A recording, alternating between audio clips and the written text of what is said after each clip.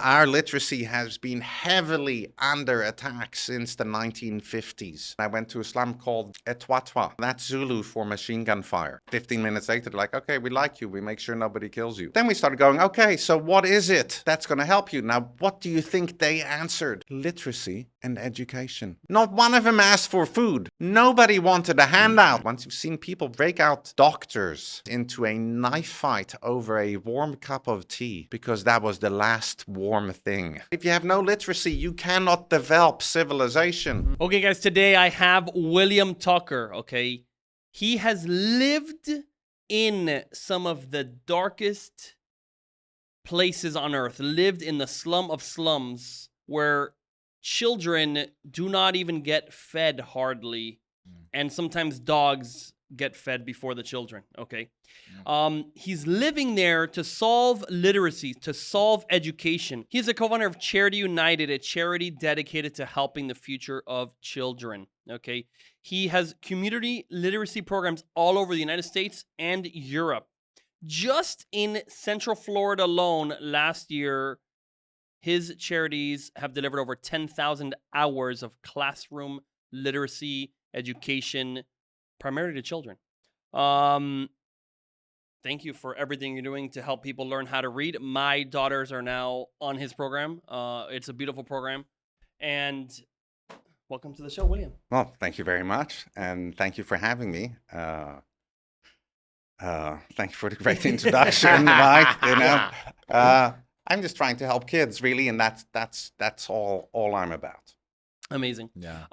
So I wanna just start with, like, how did you get your passion of helping kids learn to read, learning to understand the written word, right, as well as the spoken word, as well as everything? Like, why are you in this field and dedicating so much time and effort into this project? Now, that's a very good question, right? Because the last thing that I ever figured I'd be doing was literacy, right? If you'd asked me as a kid, you know, what are you going to be, right? I'd be, well, I'm going to be an astronaut, right? I'm going to be a pilot, right? I did want to do something, you know, fireman, right? Right? Standard things, right? I wanted to help the world, but in a boy way, right? So how did I get up in literacy? Oh my God, right? Crazy.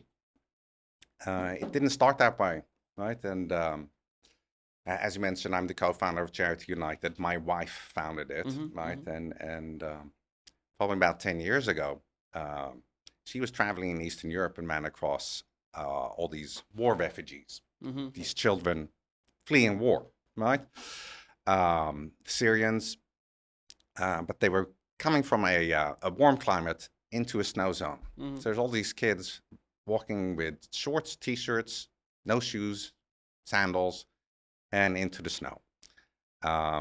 Crazy. Yeah, crazy. Was this a specific war that was happening? Or yes, it was the Syria, and this in 2015, right? Syria war, right? And even that was like, why was it happening? Good question. You know, Syria was the only secular state in the region, so it's a little funny that it got involved in war. Anyway,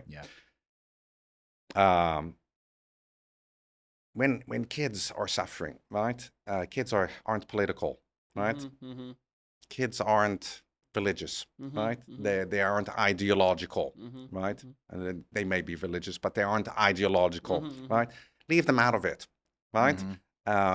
Make sure the kids are safe, and that's really the main viewpoint. So we started helping kids, and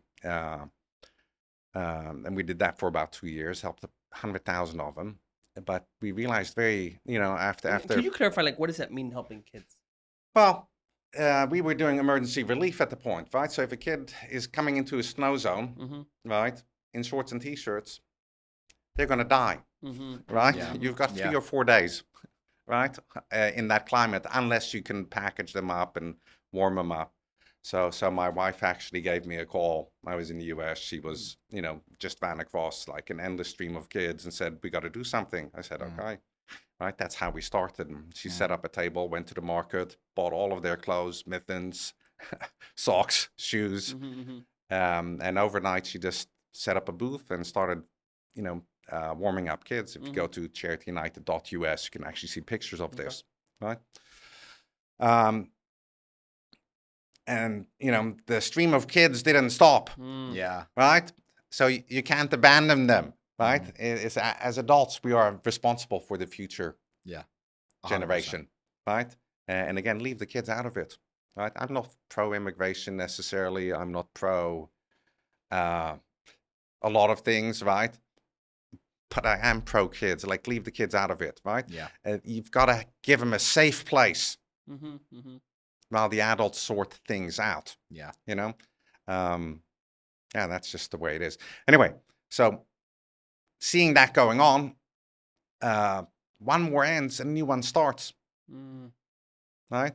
There's just a revolving door. Yeah. And you see this on the volunteer. There's a lot of good volunteer organizations, right? Especially small private ones, that people who just help, because they're passionate about helping. And what's really interesting is that in those emergencies, you'll see Muslims, Jews, Christians all working together, right? Buddhists, Scientologists, like you meet any, like everybody bands together. The good people band together to help those in need, right? Yeah. And that's really beautiful to see, but it's a revolving door. So we see burnout, right? People can't keep doing emergency aid. And rather than burning out myself, I went, okay, I've got to find out, is there an underlying issue that can be addressed? Now, one of the most interesting things was we would always ask the refugees, okay, why do you think this is happening, right? We'd always get in touch with them, with parents. And it was shocking. They never knew why they were at war. Oh, wow. Right? Wow. The actual regular people didn't know. Wow. They had no clue why they were at war. They didn't understand why they were at war. You follow? Yeah. And what the media was saying had no semblance with reality. Yeah. Like the media's reason why. Shocker. Yes. Yeah. Right? The media's reason why, right? Had no Imagine. semblance to reality, right? So I'm talking to parents, dentists, doctors, right? Bakers. Would they generally come parents with the kids? Or they Yes, and you've asked the parents, why are you fleeing? It's like, well, you'll run into kids whose hairs have turned white, right? Says they didn't want to leave home, right? Yeah. But they couldn't handle their kids living in terror, right? So that's why, well, if bombs start falling over here, what's the first thing you're going to do? Yeah, run away, go somewhere else. Yeah, you're going to take care of your kids, right? You're not going to stick around and let your kids get blown to bits, right? It's the right action, right? It's not the action we want to take, but but what is interesting is these people had no clue why they were at war. The parents or the children or both? The parents. Okay. The parents, right? And then we started to see, oh, wow, people are being manipulated, right? Because the average person doesn't understand why they're at war. Yeah. Right? They have no clue what's going on. Their mothers, their fathers, their bakers, their doctors, their carpenters. And they, but they don't know, right? And we went, okay, so how come people don't know these basic things, right? Like, we'd assume that if we are at war, we know why we're at war, right? And we'd know what our government is doing to a degree, right? And we'd understand the situation. But you find most refugees, they just don't understand, right? Yeah. So we went, okay, we've got to find, let's start digging in. And so we decided, my wife and I decided, let's go to the slums of the world. Let's go to some of the worst places to see if you can find an underlying problem. Right? So we can actually start to calm down the scene. So you're not constantly dealing with terror and emergency aid. Right? Because emergency aid just goes on and on and on and on, and it doesn't stop. Right. And it doesn't change. And it doesn't change. Right? So and we needed something that created actual change, right? We didn't know what it was, okay, and that's. I'm still on this, like, how did you get to literacy? Sure, right? yeah. But we had a clue. We're like, hey, people don't know, right? People don't know why they're and we started looking, right? And we started noticing like relatively low literacy levels amongst the most confused, right? So then we decided, okay, let's go to some of the slums of the world to see, that's a good testing, and let's ask them over there. So we went to South Africa, and I went to a slum called Etwatwa, right? And that's Zulu for machine gun fire. Oh, wow. Right? Crazy. Right? Yeah. Twa, twa, twa, twa, twa, twa, twa, right? Yeah. Twa, twa, right? That's Zulu for the machine gun fire. That's what it means, right? The entire city is named after that. The slum, right? You wouldn't call it a city. It's it's like a barrio or like, so how big or how many people are there? What's the area? A couple of thousand, right? Okay, But like, yes, and next to it is Nanawa. Have you seen District 9? Yeah. Okay. Neil Blomkamp. It's a South African movie, District 9, right? It's a great movie. Okay. It's a great movie. It's weirdly hilarious. Okay. Yes, but at the same time, like, oh my God, that's what it's like. Mm-hmm. Like District 9 is an artistic satire on the actual scene of slums, right? You should watch it, right? Because you're gonna be like, oh, they're like to you it seems fantasy. No, that's real life, right? Like it. How the aliens are in District 9. Yeah. How they live, that's the scene. Yeah. Right? Like that is reality. Right? In these South African slums. Yes. Yeah. That is reality. Right? And whenever I see that movie, I'm like, oh my God, this is so realistic. Right? It doesn't feel sci-fi to me. I'm like, finally somebody telling the truth. Yeah. Okay. Yeah. Because that's what it's like. Anyway, so we go to this place called Etwatwa. Why? Well, that's where you're going to find out of what their problems are, right? Because we can say like poverty is the cause of all problems. No, it's not, right? I've met very, very honest poor people, right? I've met very happy poor people. I've met very intelligent poor people. Right? Poverty is not the root, right? We know that, right? Yes, it ties in. I'm not saying there isn't a factor. But like, how do you just get up and just go? I'm gonna go live or stay. How long were you in Etwatwa? I was only there a few weeks in that case, right? I'm gonna go spend a few weeks in a place called Machine Gun Fire. Yeah. Like how? Like you wake up one morning, you said, you know what, honey, let's go. Romantic getaway. Machine gun town. You know what I mean? Like how do you how did that happen? Like why? It was my wife's idea. Okay, there you go. Oh, so she Men are told crazy, you, honey, Men I have this romantic getaway for you. It's Twatwa. Doesn't it sound so good? My wife's like, hey, there's poor kids over there. They need to be fixed. I'm like, okay, sweetie. Okay. I got it. What am I getting into? Right? Okay.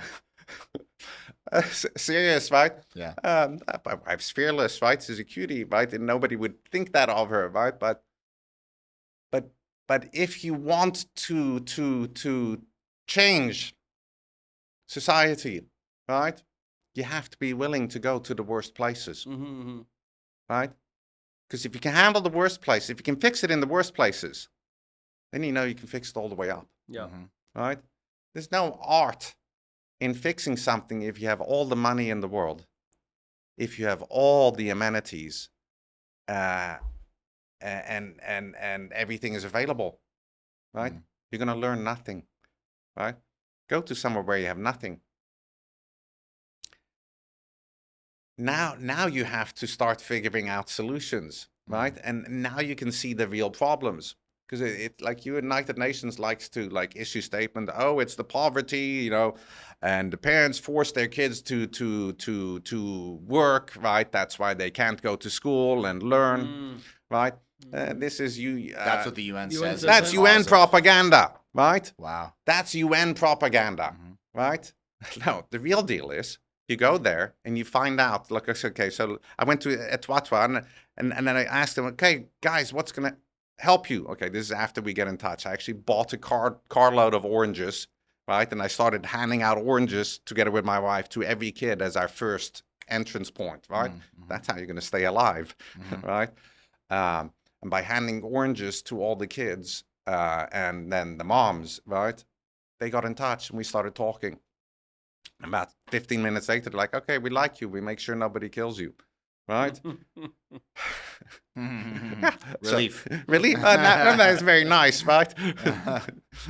Nobody they need to protect me from except themselves. You Yeah. understand? Yeah. So, but that's the polite way of like, okay, you know, you're accepted, right? Yeah. But then we started going, okay, so what is it that's going to help you? Now, what do you think they answered? I would guess maybe food or maybe. What do I think they answered? Yeah. What do you think they want most? I feel like I'm wrong, but money? I would probably. I don't know. Probably, yeah, I don't know. I mean, it sounds probably what I would say. You know, and I would have said those things myself as well, Mhm. right? You know, Yeah. but absolutely wrong. Mm. Do you know what they asked for? What was it? Literacy and education. Mm. Crazy. Now, if that's you were asking the parents. No, I'm asking the Just parents, the kids, everybody, Everybody. Mm. right? Okay. Not one of them asked for food, Oh, wow. right? Mhm. It's not that they weren't hungry, right? Yeah, yeah. Not one of them asked for And food. how did you word your question? Like, what did you ask them I exactly? asked them, like, okay, what would help you? Oh. What is it that would help you? If there's some help I could give, what would help you? What was the second most common answer? Work. Work. Okay. Oh, wow. Mm. It makes sense.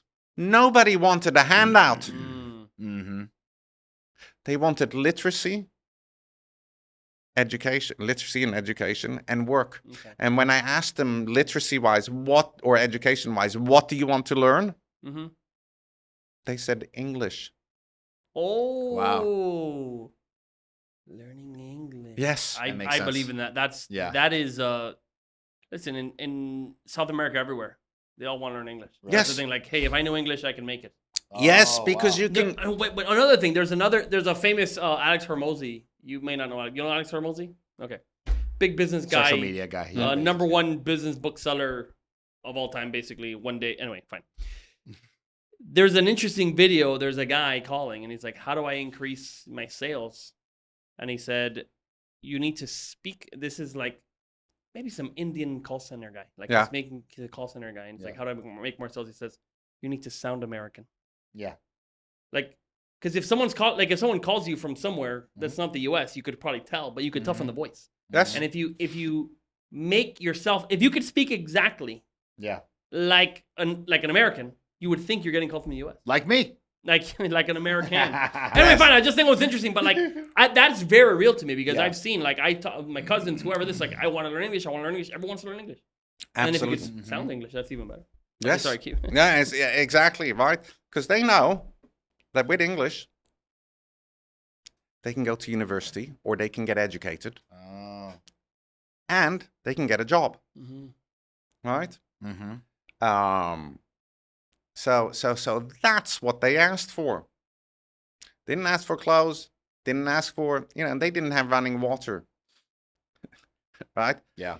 The kids were eating one meal a day, Mm-hmm. right? And that's why I said, Charity United, we ask, what help do you need, Yeah. right? We don't assume, right? Because that's the big, Find out what's needed and wanted. find out what's needed, yes, Yeah. right? Yeah, yeah. What do they need or what do they want? Very nice way of phrasing it, Yeah. right? Yeah. Because what you may think they need, could be based on false information, 100%. can be based on fake news, Mhm, Yeah. mhm. right? Yeah. It could be based on, right? So every slum we went to, this was the answer, right? So this was, and so we started setting up some projects in South Africa. We didn't know what we were doing at the time, right? Because now I'm all of a sudden switching from emergency aid. Yeah. Right? Which is easy. Right? Here's a bag of food. Here's some gloves, mittens. Right? And now you're having to figure out, okay, so now education. Right? And why even like why did you want to serve those people?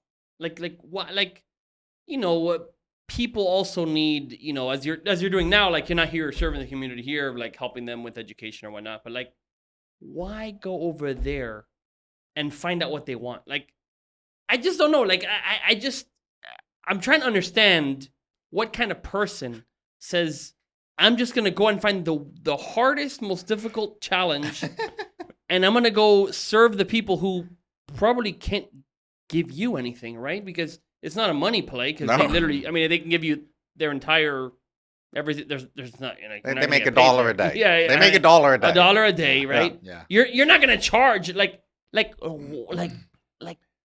why did you go to serve those guys? I'm trying to understand if there's something that you decided as a kid, or or I don't know.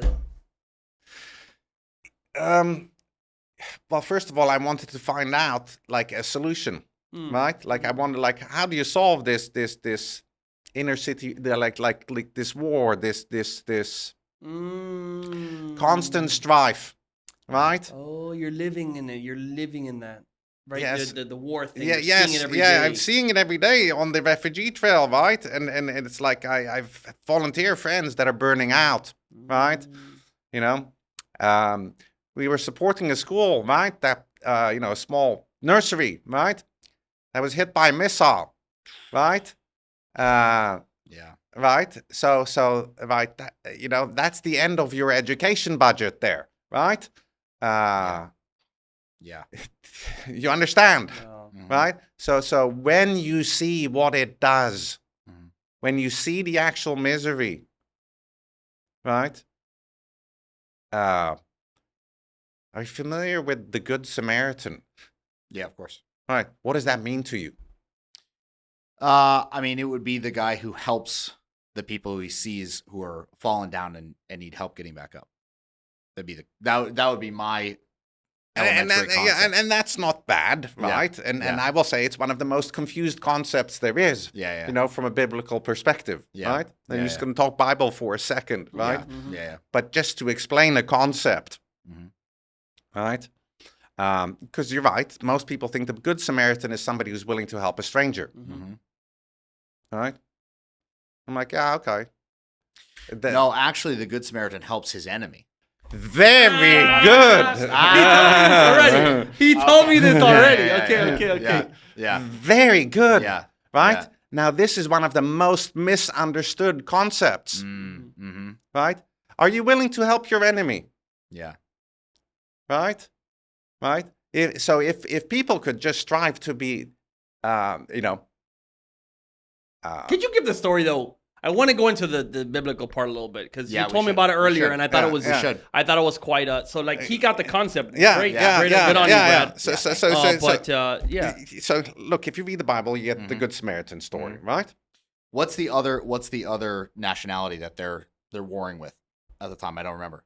Well, it's the Samaritan, right? That is the enemy. The Samaritan is the enemy.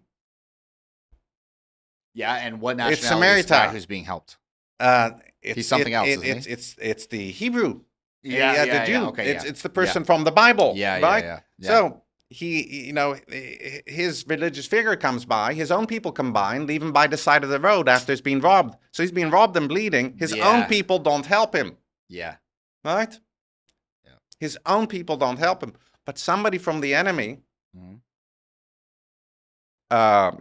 walks by, sees him, beaten up and bleeding, and helps him. Right? So, are you willing to help your enemy? You know what? That takes real strength of faith. Right? That's not easy. Right? Because the first thing you want to do to an enemy is destroy him. Yeah, of course. Right? Fire gets fire with fire. Wonderful. Right? Anyway, I'm bringing up that point, like that good Samaritan, right? They're like, well, why do I want to help? I don't know. I don't treat anybody as my enemy, right? Like if there's one thing I'm trying to live up to, it's like, why not put some goodness in the world, right? I'm not saying I always succeed, right? Sure. I get irritated too, right? You know, but it's something I strive to do, right? Like, why make enemies, right? Why not make friends, right? Why not, like, if there's one example, if there's one precept, you know, that you're gonna follow, right? Like Buddhism have a similar thing. Don't do unto others wouldn't have one as you wouldn't have done unto you, right? Yeah. Right. These are very ancient philosophical concepts that most great philosophies and religions share, right? I'm sure you have something similar, right? So, and again, once you've seen the real misery of what war does, right? Once you've seen crying kids, right? Hundreds and hundreds and hundreds of them, and parents who had nothing to help them, right? Who've been walking for days in the freezing cold, right? And you've seen the misery up close, right? Once you've seen people break out, doctors, right? Break out into a knife fight over a warm cup of tea. Oh, wow. Because that was the last warm thing, right? Changes your perception of reality, right? So with that in mind, I'm like, okay, no, you know, if I'm tired of it, tired of the media, I'm tired of the media bad-mouthing everybody against each other, right? I'm not saying there isn't bad people in the world, right? I have my own little black book, right? But they're pretty obvious. Yeah, it's like not hard to spot those people. It's not hard to spot those people, right? Right? So, yes, there are criminals, right? Yes, there are sadists. But it's not the vast majority, and it's not a population, and it's not a group, right? And they need to be taught, I guess, right? If that's the and those are the Samaritans. Yeah. You know, I mean, no, it's No. I don't think those are the Samaritans. No. I think the Samaritan was like a normal guy who's just part of the enemy camp. Yes. But the point is, he was still a normal dude. Yeah, we're still a normal dude. But let's get back to this. Okay, so he wasn't a 2.5%er. So here's another good question for you, right? Because if you've read the story of Civilization by Will Durant, right? Only little parts of it. Okay, yeah. Never read it at all. Yeah, unbelievable work. Yeah. Right? It just many great. Are you familiar with it, right? Yeah, I've heard of it. Do you know why, like, do you know the connection? Can I show it? I'm going to show them the connection. Okay, check this out. Who is the book Dianetics dedicated to? Oh, Will Durant. There you go. Yeah. That's it. It's right behind you. Oh, okay, but that's the cover. Will Durant is the author of The Story of Civilization. It's right there. But it's fine. You can see it. But that's, okay. That is the author of this book. Yes. Right. So I understand why it's dedicated to him, right? Because it's just an unbelievable work, right? And it takes you from beginning to end. You know, it takes you through barbarisms and explains, like, in a very rational way, why, right? Now I ask you this, right? What civilizations, like, what's the one thing that stops a civilization from progressing, right? That stops it from progressing, or causes it to start going down? Like what like, how does a civilization civilize and get into writing, isn't it? They learn things. I mean, there have to be some sort of thing that they learn how to do. Yeah, because okay, like good. Agrarian, like they learned how to farm. So yes, okay, true. Yeah. But which civilizations didn't progress without any writing? No? Right. Yeah. Right. Yeah. Without writing, without an alphabet. Correct. So any civilization that doesn't develop an alphabet, that doesn't develop literacy, stays stuck. Yeah. All right. So you take the Aborigines. Well, yeah, that makes sense because they're having to figure out the same things over and over and over. Yes, you're having to figure out. You can't accumulate knowledge. You can't evolve. You can't civilize. Right? I'm not saying that we're that civilized, right? But, but I mean, by most definitions, right? This is a civilization. It's a civilization. Yeah. And the truth is, we all know this telephone game At least, you know, Yeah. here in America, Yeah. there's a common thing you teach where it's like, I'll tell you something. I'm going to be like, Brad, if you have 30 people, you're like, I will give this group $1 million if I give you this sentence and go to the end and make this exact sentence. Somehow people still mess it up. That 100%. Oh, yeah. Even for sums of money. Yeah. I mean, like, it's ridiculous. You cannot get one idea unaltered through even 10 people. Yeah. That's right. 20, let alone multiple generations. So anyway, Yeah. I think that's the key. Yeah. That's Yeah. a key thing. Yeah. The verbal story, is very very difficult. Funny, I just finished reading Fahrenheit 451. Okay. Phenomenal book. Yeah. Really phenomenal book. And in fact, from my understanding, anyways, fine. Now we're not going to into it. But in the book, toward the end, when they're burning all books and nobody can read anything, they try to do that. That's like the solution. Like, try to get someone to, like, you know, memorize it and know it, and then Memorize live the on book? that way. Yeah, because you're burning it. Yeah. But you see, that's the second attempt. The first attempt is the books, but if the books fail, you try to do the verbal, and you're gonna try to do it. You know, the Native American Indians. Okay, like stories, but there's not tomes of knowledge. Yeah. And so it's gonna be only filtered. You're gonna get little pieces of it. You'll Yeah. never get the full thing. Yeah. You're absolutely right.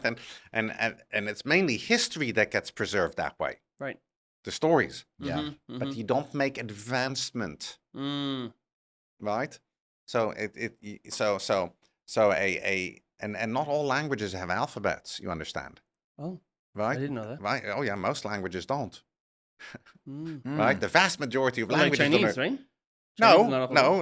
like No, they you have an alphabet. take the tribal languages Yeah. of if India has what 21 major languages, right? Is Chinese, is that considered an alphabet? Because it's Yes, symbols. like it's symbols. So, but let's take anything a written character, Okay. right? Okay. We'll count it as alphabet. Okay, Yes, okay, we'll okay. count it as alphabet Okay, right okay. now. Yeah. But the vast majority of languages on Earth don't have alphabets, right? And then and I say vast majority. Yes. Because that's by numbers. Because there's probably like 1,000 languages in one quantity of area. language. Yes. Yeah. Yeah, like you go to Africa, you can take a certain territory, right? And there's like 1,000 dialects, Mm-hmm. right? And then they have no alphabet, right? And that's why they don't progress. So they don't write anything down. No, they have no alphabet, Wow. right? Yeah. It's like, what would they even write in? Well, Like what language they would they haven't write? invented letters, Yeah. Yeah. right? They don't know what letters are. I should be laughing. Yeah. That's rough. But so did you go? Well, Did you you go don't there? need Did you go them. there? So they don't even think about what they're missing out. They can't even sing their ABCs. How do they know how long to brush their teeth for? They have a different song, right? Yeah. Right, Different right. song. But yeah, now you're getting it, Yeah. right? Yeah. Right now you're getting it. Yeah. It's like the vast majority of languages on Earth don't have written alphabets. You don't know what a difference it makes Mm-hmm. to have an alphabet, right? Yeah. It's crazy. Yeah. It's crazy to think about. Right. Yeah. So that civilization which doesn't develop an alphabet does not progress. Mm-hmm. Mm-hmm. Doesn't mean they're bad, right? Mhm. It just means it doesn't progress. Yeah. Yeah. Right? Literacy is the key to all progress. Right? Right? Mhm. And the Mhm. evidence is right in front of yes. Right? Yeah. You know, And progress in this situation, meaning like you have some technology, like let's say in 1800, there's some technology created Yeah. by some guy, yeah. right? And then in 1850, the technology is further along and can create more results than they could in 1800. Like Yes. they can get more result in 1850 Farming or than 18, farming, producing. So, building. yeah, exactly. Yeah. Even philosophy or mental concepts, Yeah. right? yeah. Right? Yeah. Law, right? Mm. Right? Yeah, law doesn't You exist can't yet. have law if there is no written alphabet, Mm. right? Why do you think some areas are lawless? Well, oh, wow. Because no one knows. Yeah, they literally don't have laws. It's actually just a There's statement no of way fact. to record them. Yeah, How? yeah, You can't develop civilization, yeah. right? Nothing wrong with the people, right? Yeah. But if you have no literacy, you cannot develop civilization, right? So then let me just put it this one. This Yeah. is a corollary.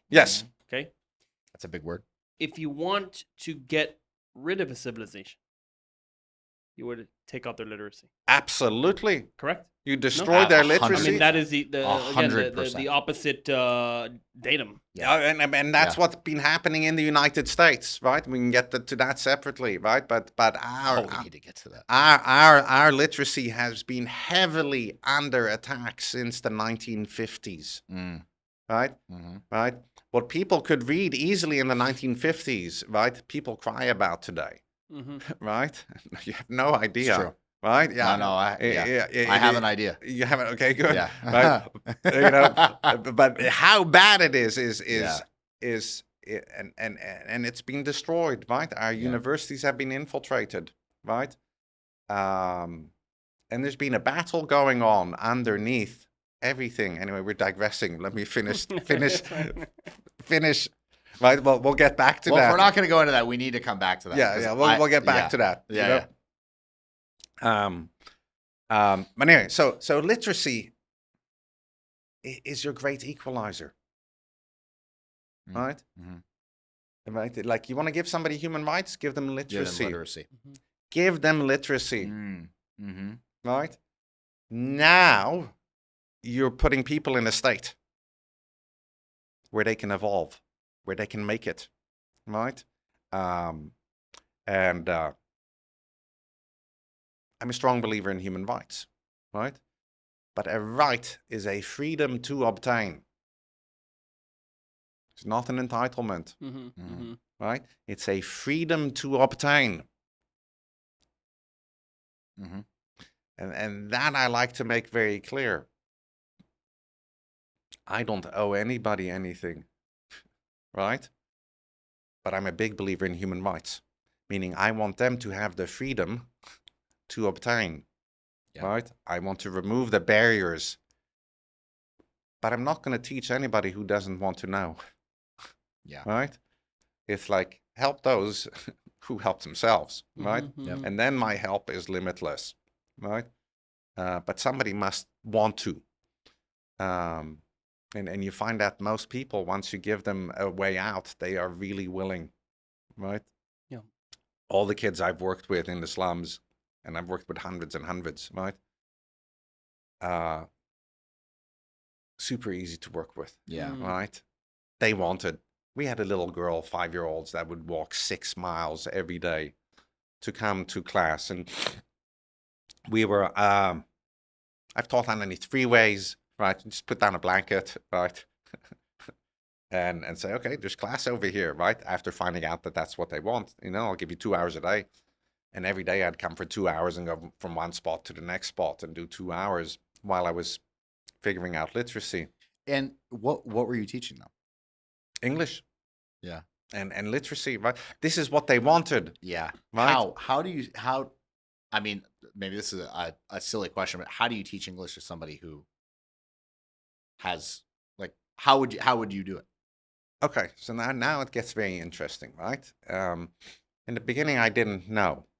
Yeah. Right? I actually didn't know because I came out of the field of emergency aid. And in the beginning, we actually didn't know literacy was the problem. Right? We actually tried to teach them subjects. Oh. Right? Like what? Like geography or? Geography, right? Anything they asked for. Yeah. Right? We tried to make do with the school books they had. You tried to make do with the school books that they had because yes, they had some school books, right? Right? And I'm just thinking of all these charities that raise money to send books to African countries, to, like, I think they would call them typically underprivileged areas, yes. Whatever. Yeah. They're sending books to people who can't read an effing book. Exactly, right? And I was like, it's crazy, right? Like I sat down. And they would have English books, right? Like in India or something. They'll have books. They'll They'll have books. I mean, not necessarily boatloads, but they have access to the materials, right? And then you find out they can't read. And you're trying to teach people who can't read. Right? So the very first thing we had to do is we actually took the alphabet, right?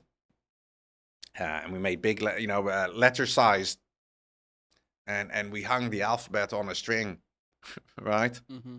Where's the A? Good. Where's the B? Right? And have the whole class answer, right? Building vocabulary, right? Do you know how the French Foreign Legion teaches French?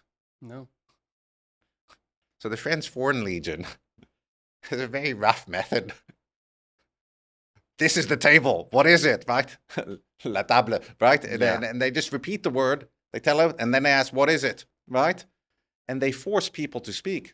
The French Foreign Legion does it a little roughly, right? Mm-hmm. But they're successful, right? They're successful. So how does a parent? How do you teach your child to speak? Right. That's a light. Good. So you say it, you repeat it. Yes. I'm Dada, or this is Mama. And the child points at the light, and they say white, and you go, what? No, light, right? Yeah. So you point at objects. Yeah. Right.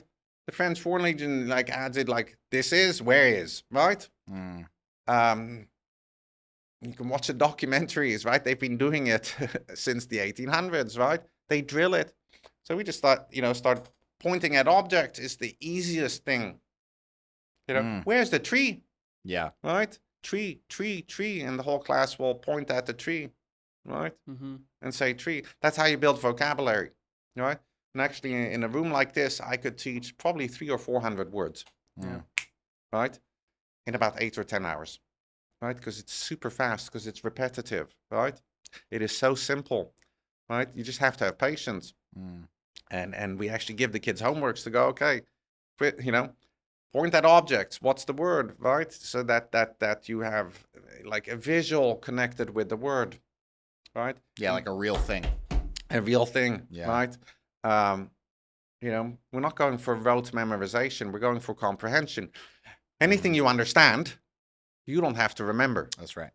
Anything you don't understand, you have to try and remember. Yep. Right? So in India, the kids call it mugging up, right?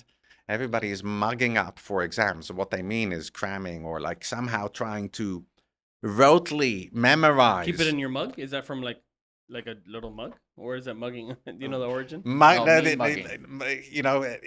I've never...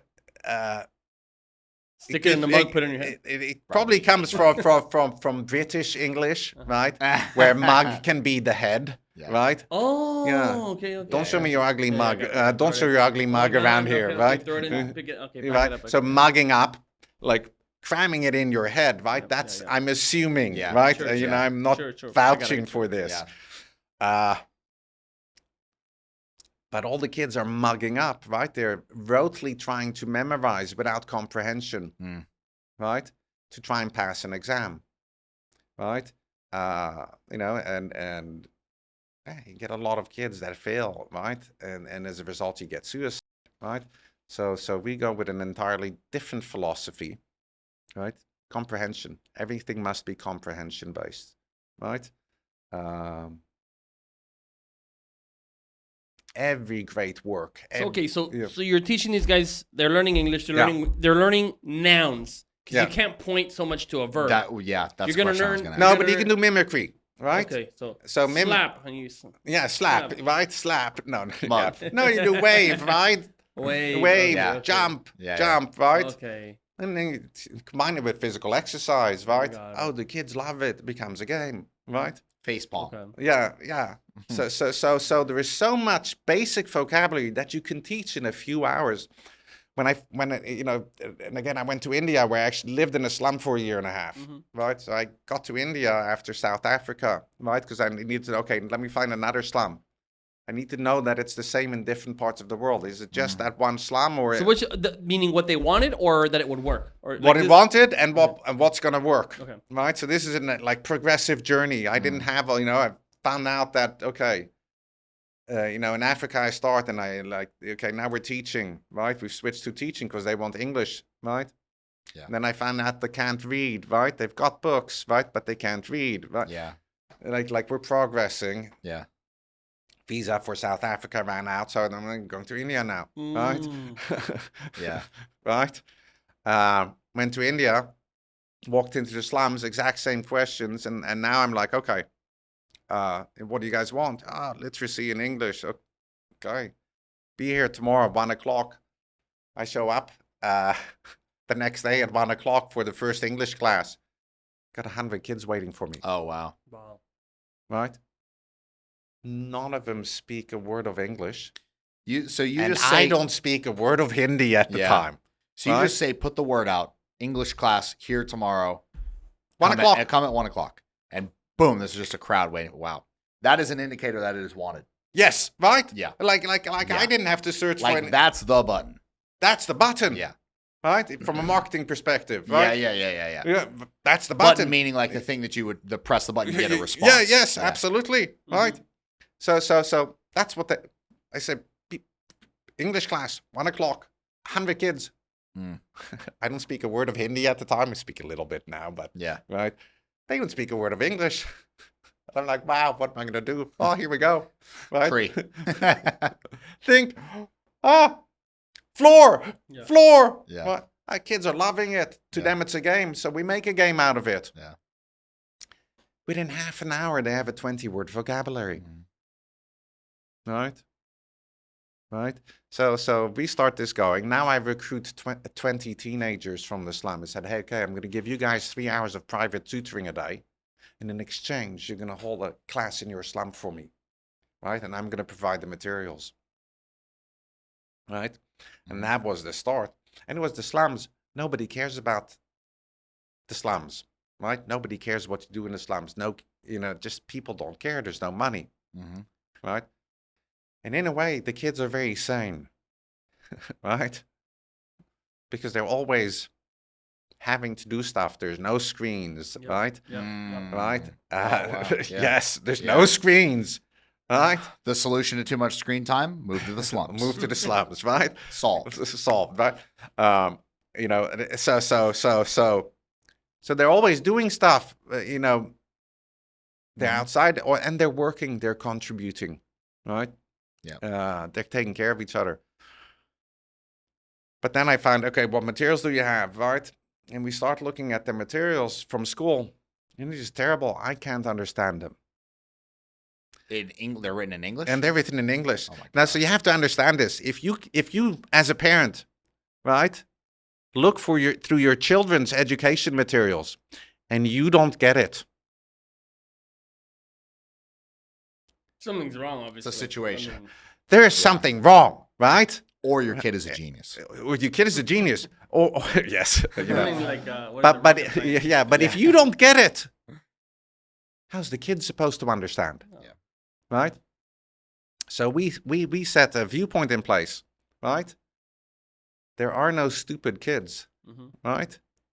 That's true. Right? That's absolutely right. True. There are no stupid kids. Yeah. There's only stupid teachers, right? And I was the teacher. Yeah. Or stupid materials, right? Yeah. Right?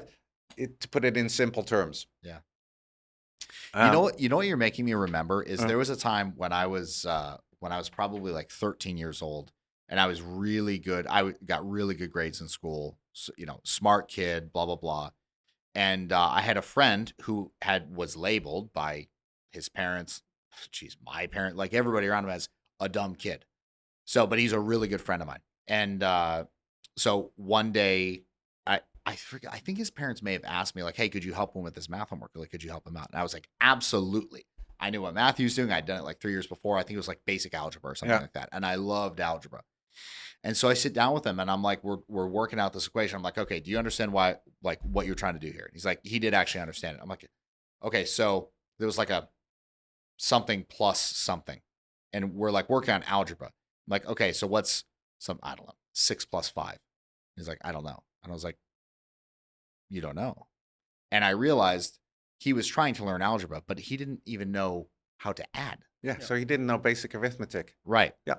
Right. So it's like the earlier thing. And I remember I realized this back when I was 12. I was like, oh, he has to go back and learn the earlier thing. Because until he learns the earlier thing, there's no point in having him learn any more math. He won't understand it. And you're and so correct. Sure as hell not be able to use it. And you're so correct, right? And the education system knows this, by the way. Yeah. They know this, right? And look, There's a I'd agree with that. yeah. Well, I'll just tell you. There's a ignored. study. There's Yeah. a study published. Yeah. In 1968, Benjamin Bloom. Okay, educational psychologist. All right. So they Love those. yes.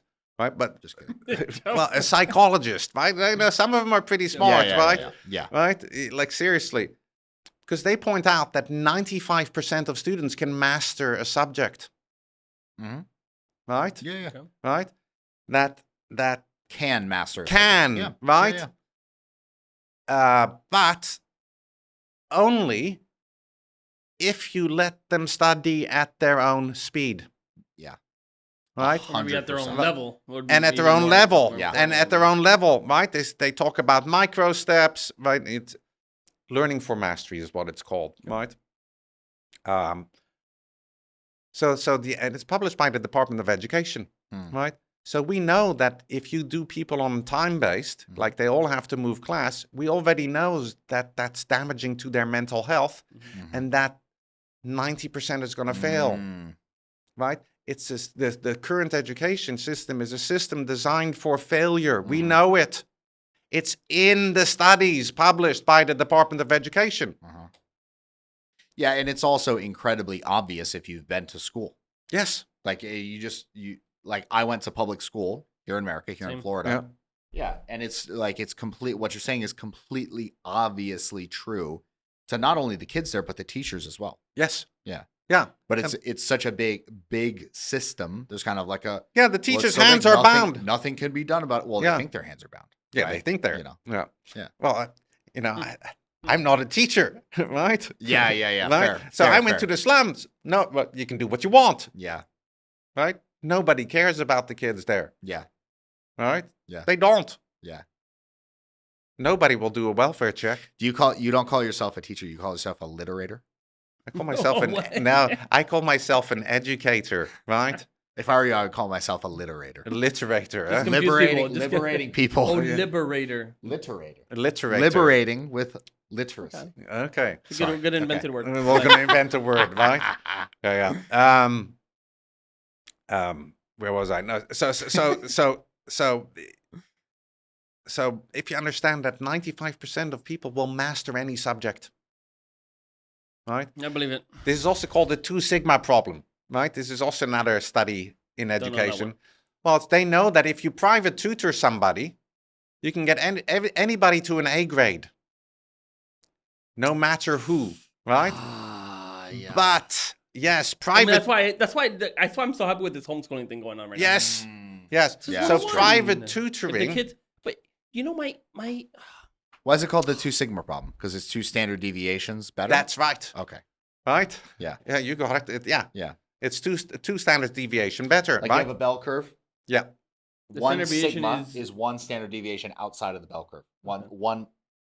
It's But what is above it? average. But how much? I don't know how much it was. What is one? That's standard basically deviation? 98% of students will pass with an A. Oh, I got it. Right? Is what it works out to, roughly. But it's called a 2 sigma problem because it's a scientific way of saying 98% of people, roughly. well, this is how much better it performs twice better outside the standard bell curve. Oh my Right? gosh. Yeah. It's called Yeah. sigma. You're gonna send me to like a YouTube video.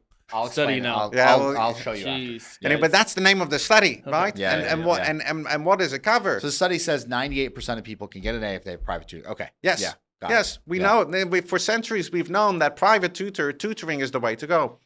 But the problem about 2 sigma is that it's economically unviable with current methods. Meaning one teacher, 30 kids.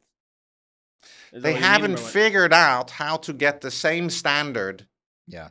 in a classroom setting. How do you get the same setting, right? Now, there are solutions, right? There are solutions.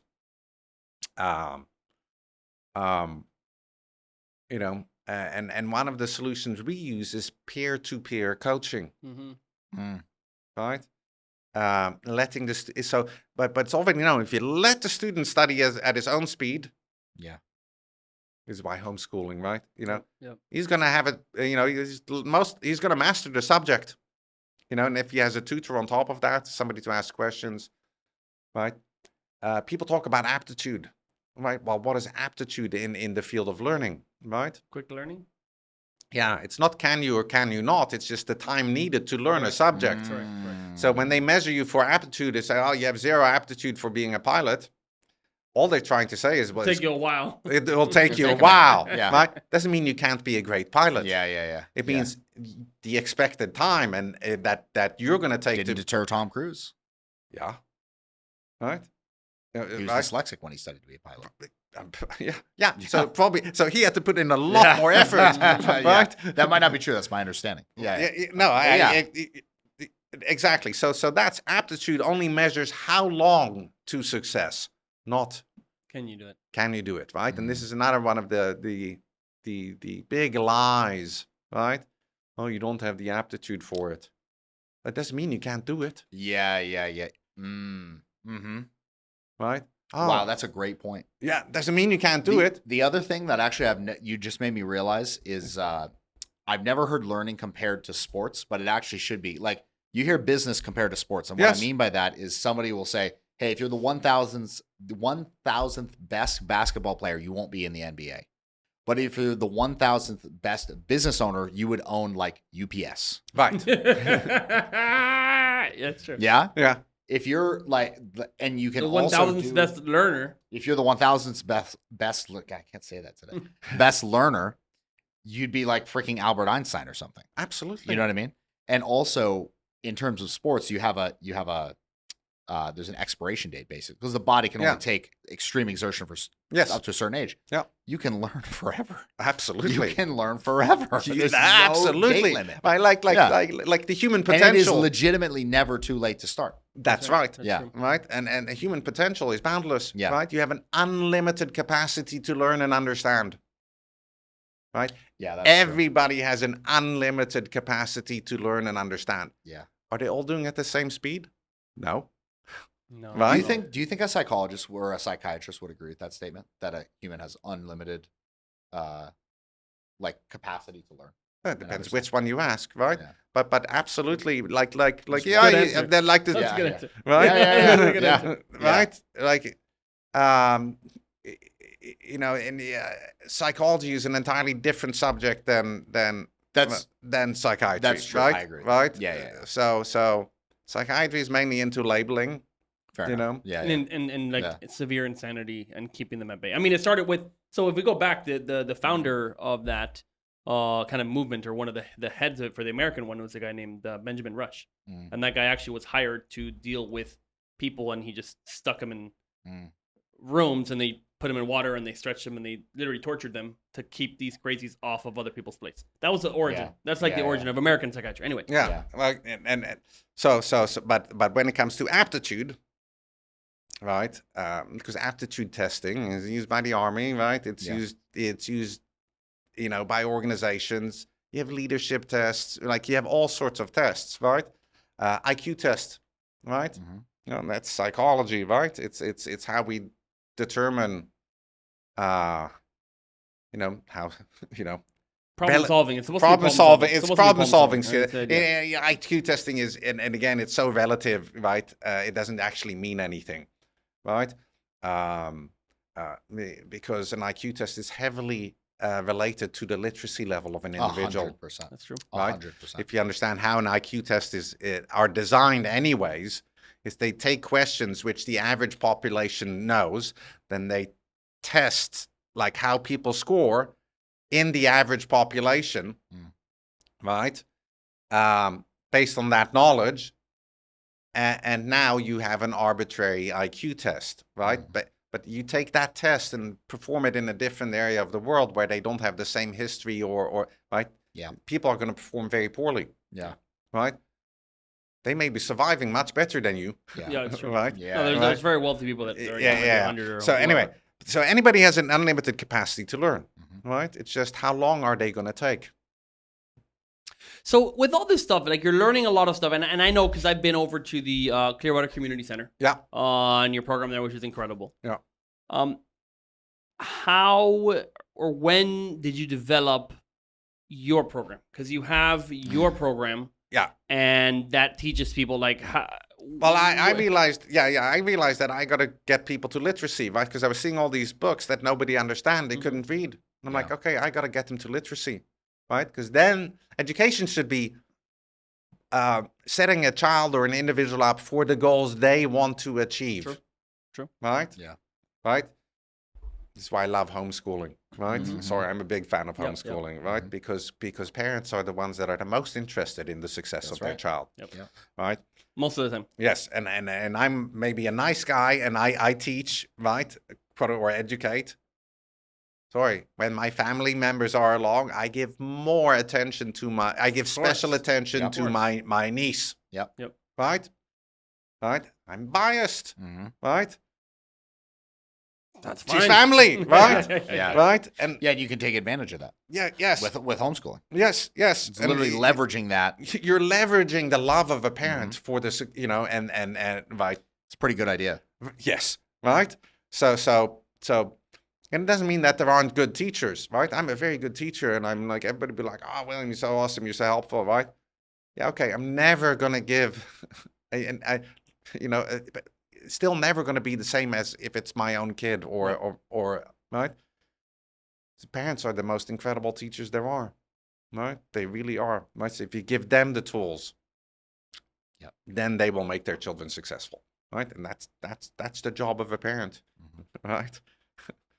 That's also your life insurance. Yeah. Anyway, so we do literacy, and we found out because they couldn't read, right? The literacy levels were so poor, so we started looking at their grammar and what are the literacy programs? And we found out there wasn't a literacy program.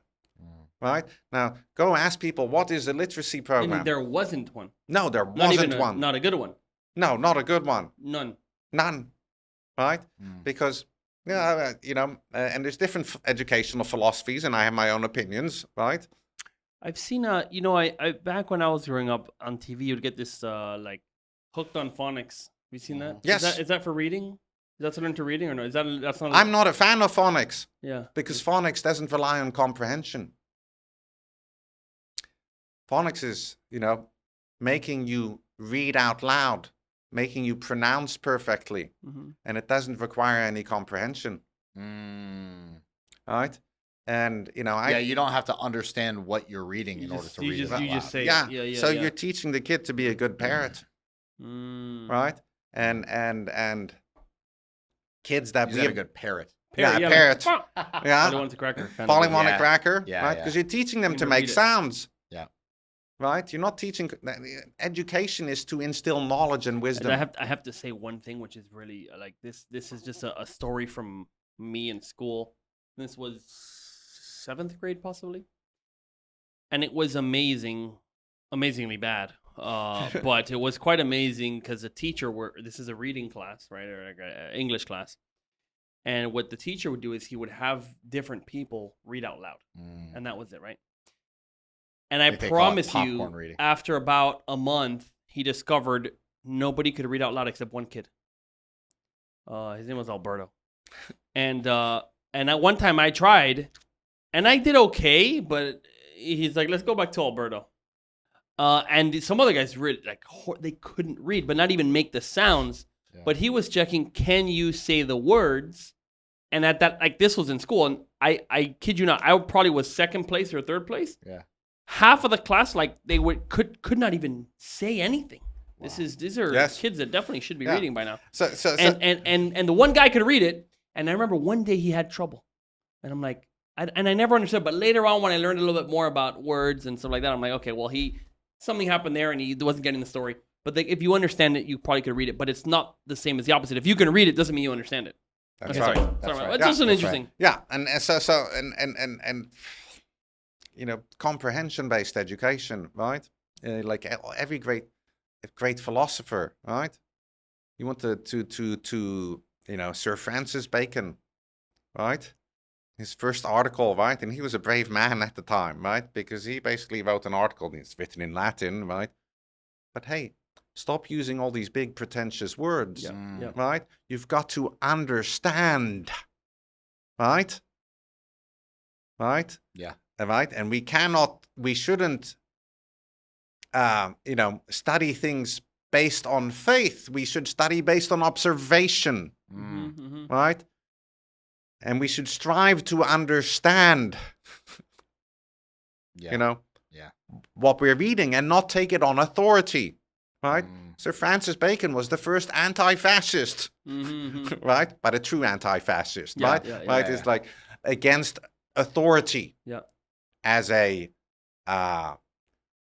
replacement for logic. Right? Yeah. I just you hear say anti-fascist, I just keep hearing anti-vax. Yeah, and even then it's like, but there you're supposed to go on authority. You can't question. I know, right? Let's move on. Okay, so and you're supposed to be able to question everything. That's right. That's true. Question everything. That's true. Believe nothing. Yes. Right. Yes. Observe. Look for yourself. Yeah. Look. And so now great ideas. Sounds all great. So now, hey. You created this thing. I want to get into there. Yeah. So now we went, okay, reading program. Okay, we mentioned hooks on phonics. Now I'm not saying you can't do some phonics, right? Obviously, you need to know how to pronounce the letters, right? Right? Because the definition of a letter is a symbol that represents a sound, right? So you got to know the sounds. But phonics is not reading, right? Reading is understanding what's on a page, right? Literacy is understanding what's on the page. True.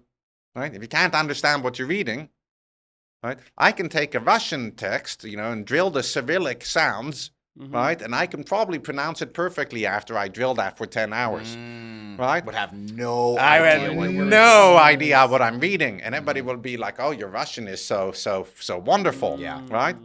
Right? I can do a few Northern European languages, right? We can do this right now. I can, in half an hour, have you reading German, right?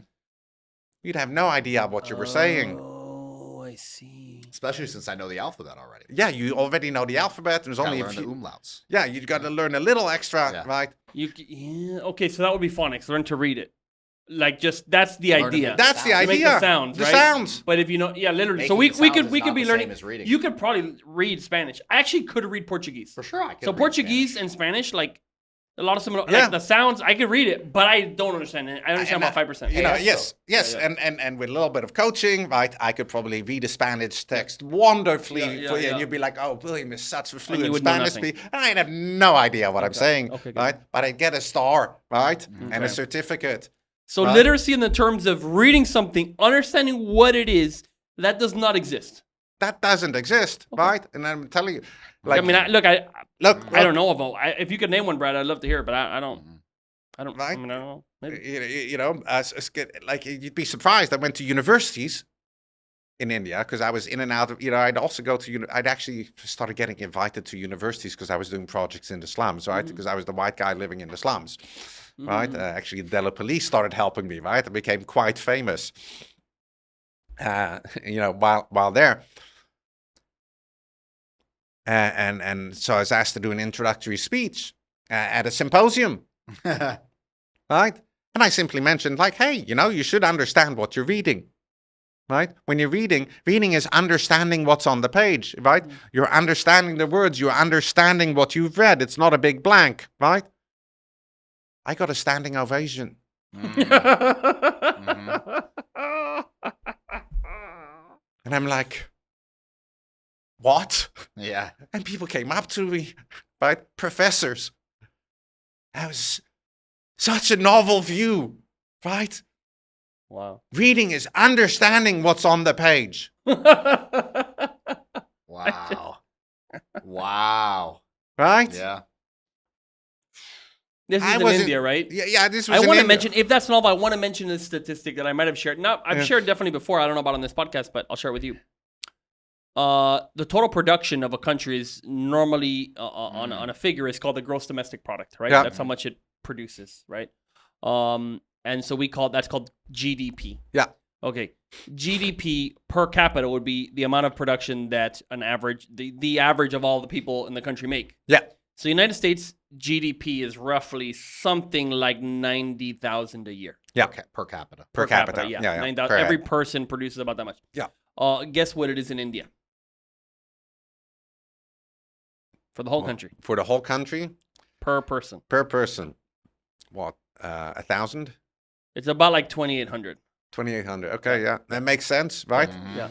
So if like it's 30 times less, I Yeah. guess, quote production, however they measure it. And Yeah. even if it's inflated, okay, Yeah. fine, how much is going to be inflated? Yeah. Let's say call it half or whatever. Yeah.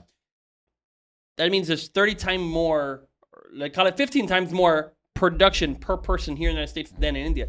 Now over there, obviously that idea of it's such a new idea to be able to understand something, maybe that could be part of the reason. Yeah. Well, I'll tell you the reason behind it, right? Because you Yeah, make a go. very interesting point.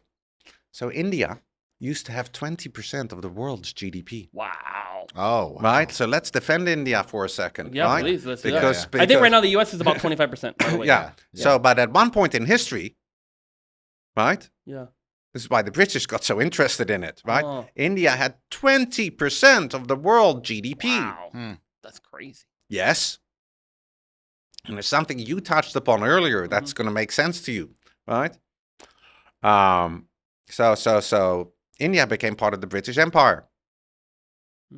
At a certain point, they started to lose control of India. India was fighting for its independence, right? So wait. When it had this high GDP, was it already part of? No, Britain? it was India's in its own state. And was Britain higher than the 20%? I know, less. No, Right? it This has is to be less. Britain is becoming a colonizer, So right? how does Britain take over a place if they're so because they have no military? Military. Yeah. Oh, I see. So they had a lot of they GDP. just They had get- consumer. They could do stuff, but they weren't actually strong military. Historically, if you just get one Yes. step ahead in terms of weapons technology, Yes, And you can take them over. you take over, boom. right? Yeah. Okay. The musket, dude. Disaster. That yes. Yeah. So it's technology, right? Literacy, right? Okay, so the UK or Britain takes over India, right? And Okay. I'm not going into the whole history, but so in the 1800s, right, early 1800 or 1826, right? They're losing control of India, right?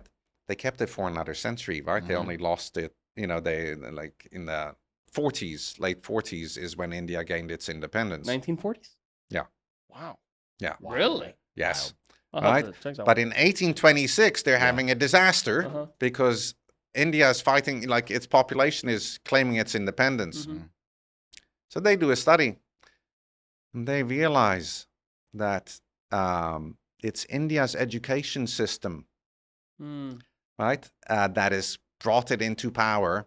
And unless, if they do not destroy their education system, they will not be able to keep control of India.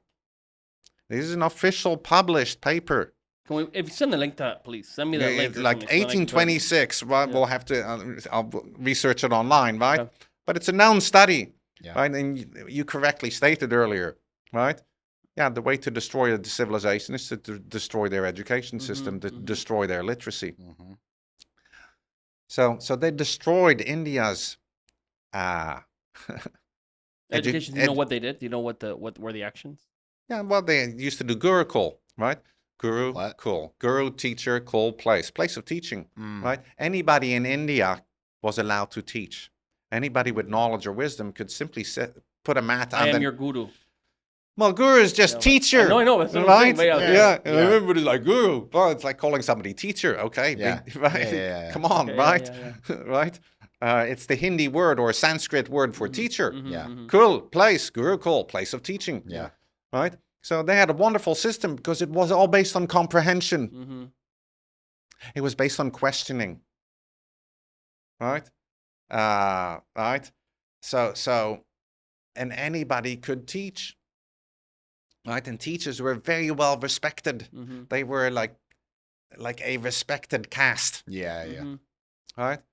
So, they decided to defund all the schools, all the Hindi schools, and they replaced it with a Western or British colonial education system and forced people to flip to English.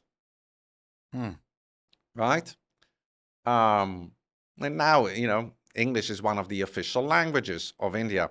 but they destroyed an education system that was entirely built and designed around comprehension and understanding. And replace it with something I'd have to imagine based on rote memorization. Rote memorization. Yeah. Rote memorization. And on top And of it was literally an attack. Yeah. It was Yes. Yeah. literally Well, it an was Your that was- enemy. That was yes. the bad Samaritan. That was a bad Samaritan act, right? It was how to prevent, India from gaining its independence, and it set them back over 100 years, right? So the irony is that now they have had independence since 48, I think, right? Don't quote me on that. And they still use the same education system designed to lock up their minds, and they haven't returned to their comprehension-based education system. And they used to have 20% of the world GDP, right? Insane. Yeah, it's an insanity, right? But it was purposely destroyed. Anyway, Okay. so we knew that comprehension is key, right? That's so looking into okay, how do you teach English? Like you get handed a grammar book, right? Go to any English place over here. They talk about conversational English, handed people a grammar book. Holy moly, if I handed you a Russian grammar book right now, would you learn Russian? Definitely not. No. Right? Definitely not. I speak a little bit of Russian, actually. Oh, okay. I speak about probably 30, 40 words. Das Bedanya. Yeah. I know glagol, right, which is verb in Russian, wow, right? wow. Just because I deal with, but right. So you can't hand somebody a grammar book and expect them to learn a language. No. You need Ollie. Guys. Yeah, you need a system. Anyway, You need Ollie. So you we know who actually. Ollie is? Brad, you know who Ollie is? I actually do know who Ollie is. You do? Yeah. Anyway, so the next thing we looked into, guy. right, is okay. I speak several languages, right? But we did an analysis of words used, right? And there's some authors, and and I think you guys know this, right? That simple words of a language are very important. Absolutely, 100%. It's the most used. Right? It's most used, but nobody looks at it, right? Nobody really looks at it, right? So, we did a little bit of math. We found you have 50 words. That is 50% of every spoken sentence. Right? Yep. Words like to, is, on, in, at, the, right? Right? And what makes it worse, like English has a different grammar than all other languages. Right? We have a contextual grammar. Right? English is contextual. The word's meanings change based on context. Right? This is not the same in other languages. Right? So to teach English to a foreign language person, or even to an English person, right, is sometimes very hard. Right? In the 1700s, scholars, English scholars, decided to import the Latin grammar system and fit it to English. This is why English grammar doesn't make sense, because you're not actually learning English grammar, you're learning Latin grammar in most school books, right? And there's a lot of, if you take all grammar books, dating back from 1700s to present time, there's so much disagreement and contrary facts that if you ever thought you were confused about grammar when when you were in school, right? No, you weren't confused. You were observing the confusion of English grammar, right? And I'll ask you a little demo question, right, just to illustrate something. I know this is horrible, right? But if I were to mention the word tree, or dog, or house, what part of speech would you assign to that? Noun. Okay, good. Every grammar book says so, right? Yeah. Okay, good. So what if I told you that's completely false information that destroys your ability to think with English grammar? Right? And I will demonstrate, right? Because English is contextual. I have a dog. Okay, I'm using dog as a noun. Yeah. But if I dog you for money, Yeah. I'm using dog as a verb. Sure. Right? Yeah. And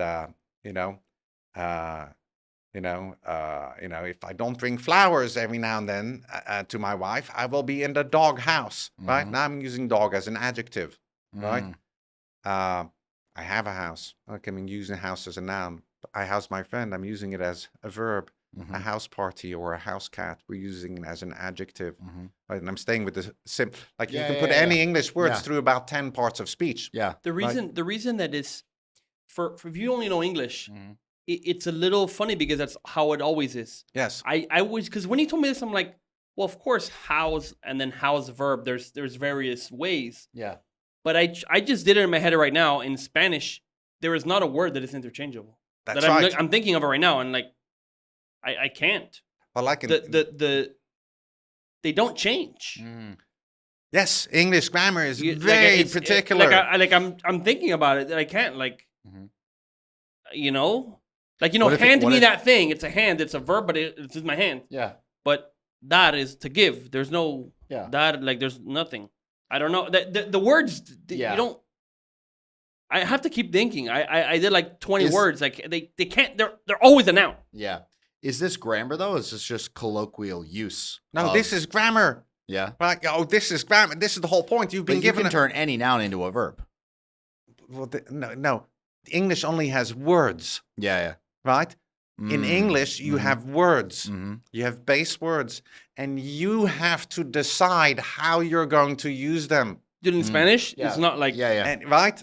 Yeah. That's because English is contextual. Okay, let me do this one. Yeah. There's a word I, ojo, in Spanish. Ojo. Now, if I'm going to look at somebody, you can say ojar. It's like to look at. But you wouldn't be that's it. That's not a... You wouldn't eye someone? No, exactly. No, you can't, if you can, you could eye someone, but lo estoy ojeando. Yes. The word doesn't say the same. The word, exactly, right? And like jump. I'm going to learn a bunch of different languages and speak them like Dude, yeah. So because you told me this is a thing and it didn't really mean much to me, but when I changed it to Spanish, I go, dude, the words don't change. That's right. Like camisa. Dude, it's a shirt. Yes. There's only one way to use. So skirt is a skirt, but also you could skirt the edge. You could, you know what I mean? Yeah.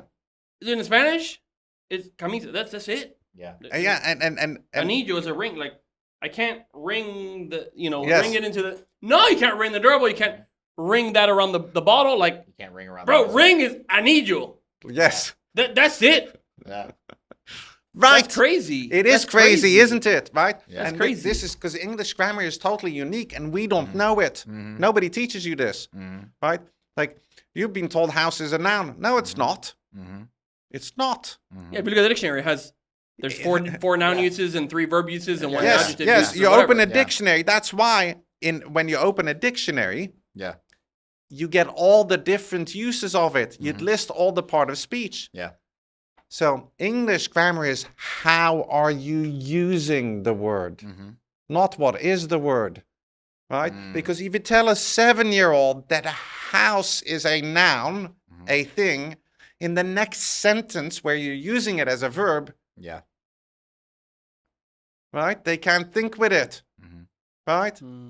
And all our testing is done in such a way as to fail the child because we're giving them false information because in the 17th century, scholars decided to put Latin grammar onto English because it'd be so much more precise. And it isn't, right? So now you get things like, you see this with Spanish again, and like, they can never figure out when we use articles. Da and ask a Russian when they use da or right? They have a total meltdown, right? Because articles are foreign in their language. But why do we have articles in English? When you say article, you mean like the cat? Yeah, the cat, a cat. Yeah. Why do you have it in English? If you're referring to a specific.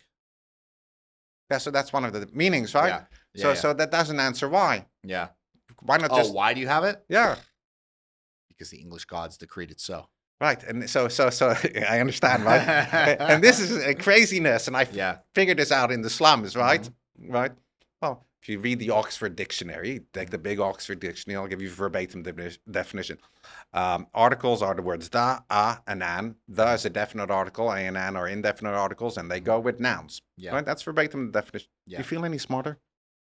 I mean, a little bit, because you said Oxford. Yes, right? Oxford, right? Does it make any sense to you? Well, indefinite. So I mean, Wait, I gotta okay, say, okay. because I've been using it for so long. Yeah, but I just kind of take it. But take does it for granted. yeah, I understand. But Yeah. do you see the logic of it?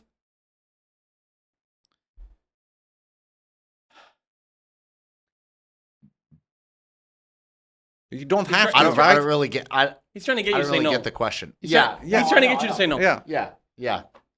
Well, that definition means nothing. Yeah. It's the description of it, right? Give me the definition again. Articles are the words da, Yeah. a, and an. Yeah. The is a definite article. A and an are indefinite articles, and they go with nouns. Oh, yeah. It doesn't say what they do. That's right. Yeah, it just says what they are. So what does an article do? Precedes.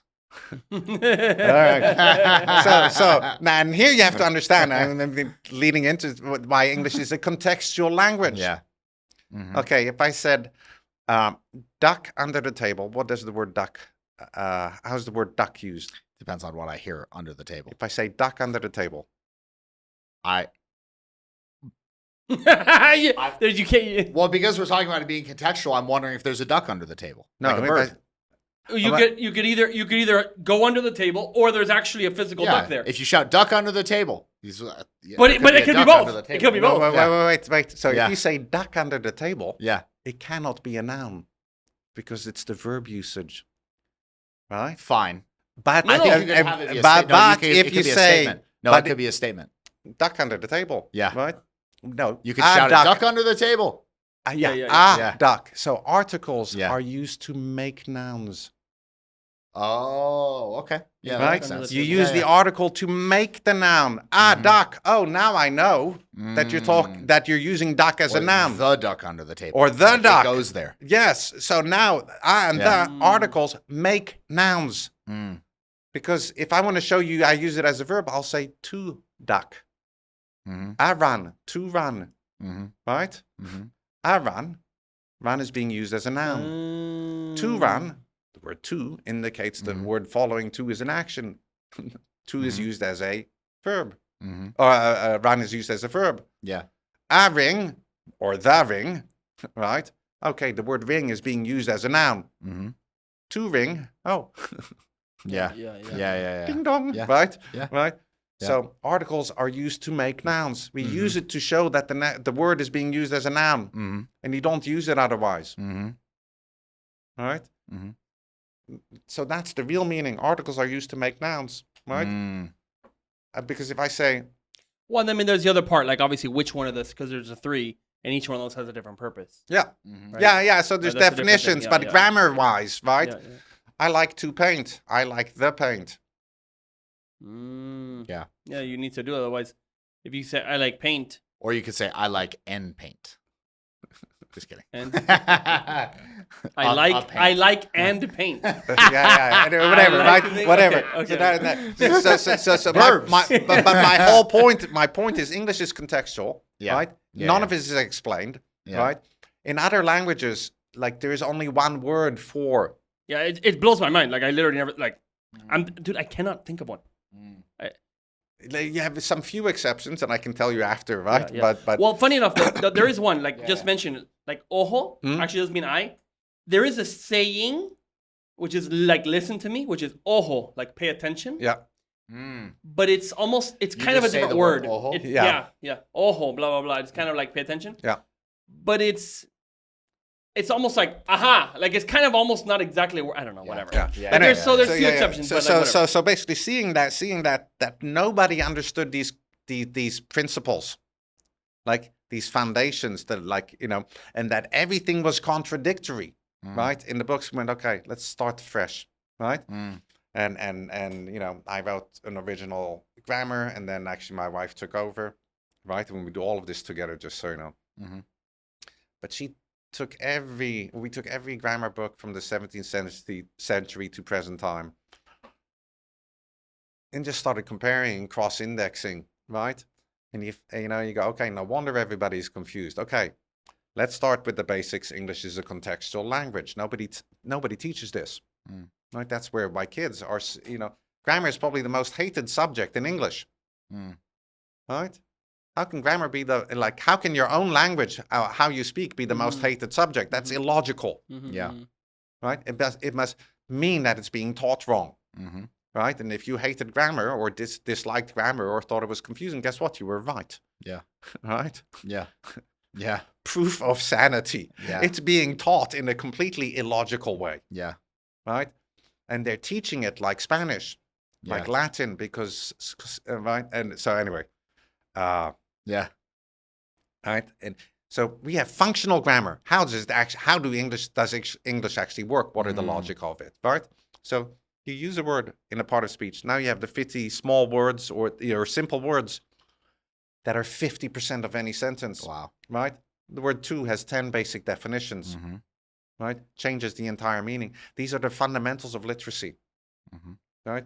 If you give this to a child or an adult, right? And we have a whole literacy program. We have 164 booklets, one for each meaning of one of these simple basic words that are the fundamentals of our language that nobody teaches. Yeah.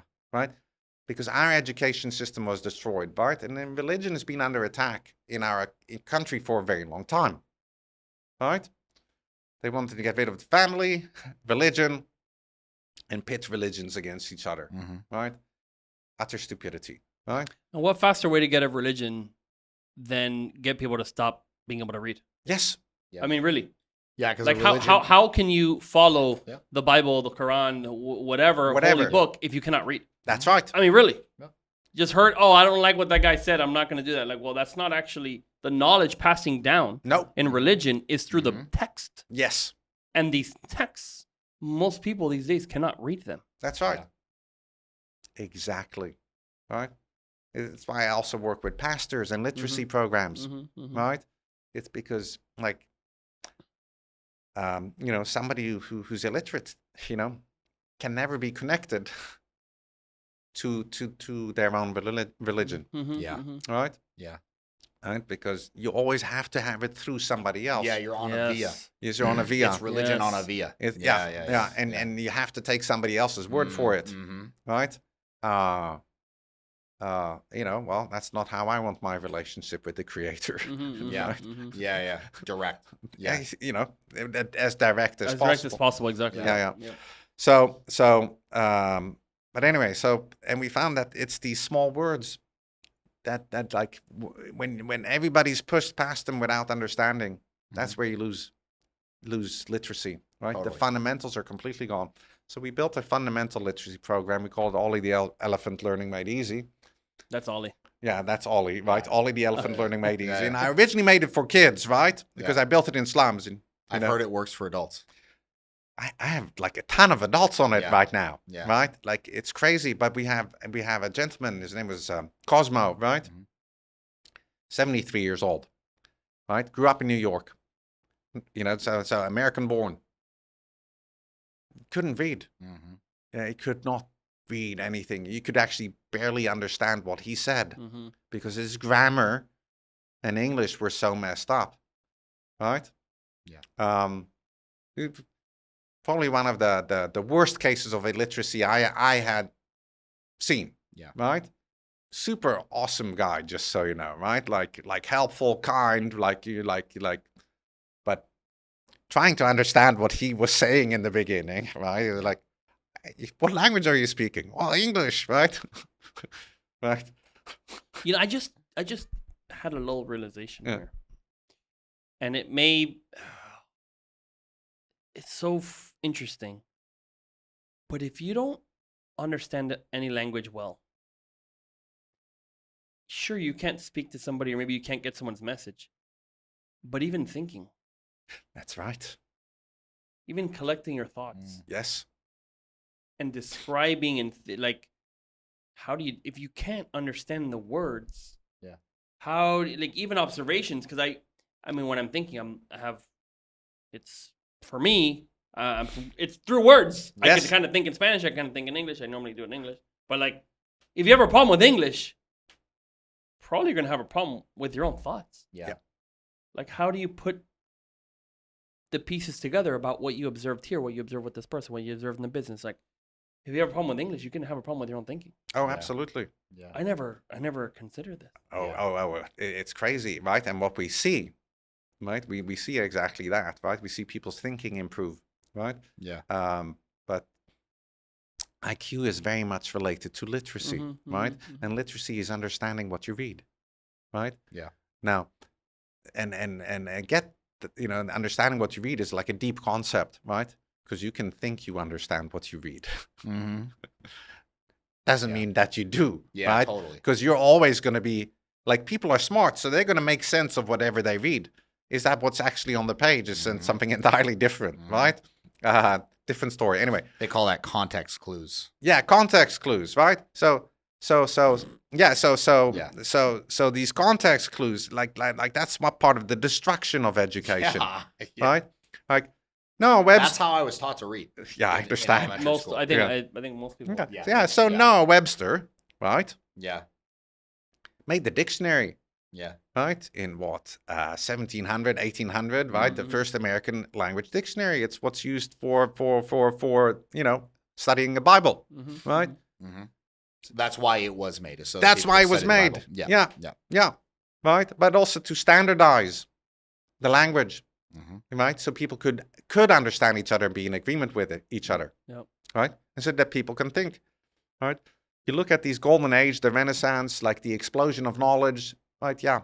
It all comes with literacy and dictionaries, right? So this has been long known, right?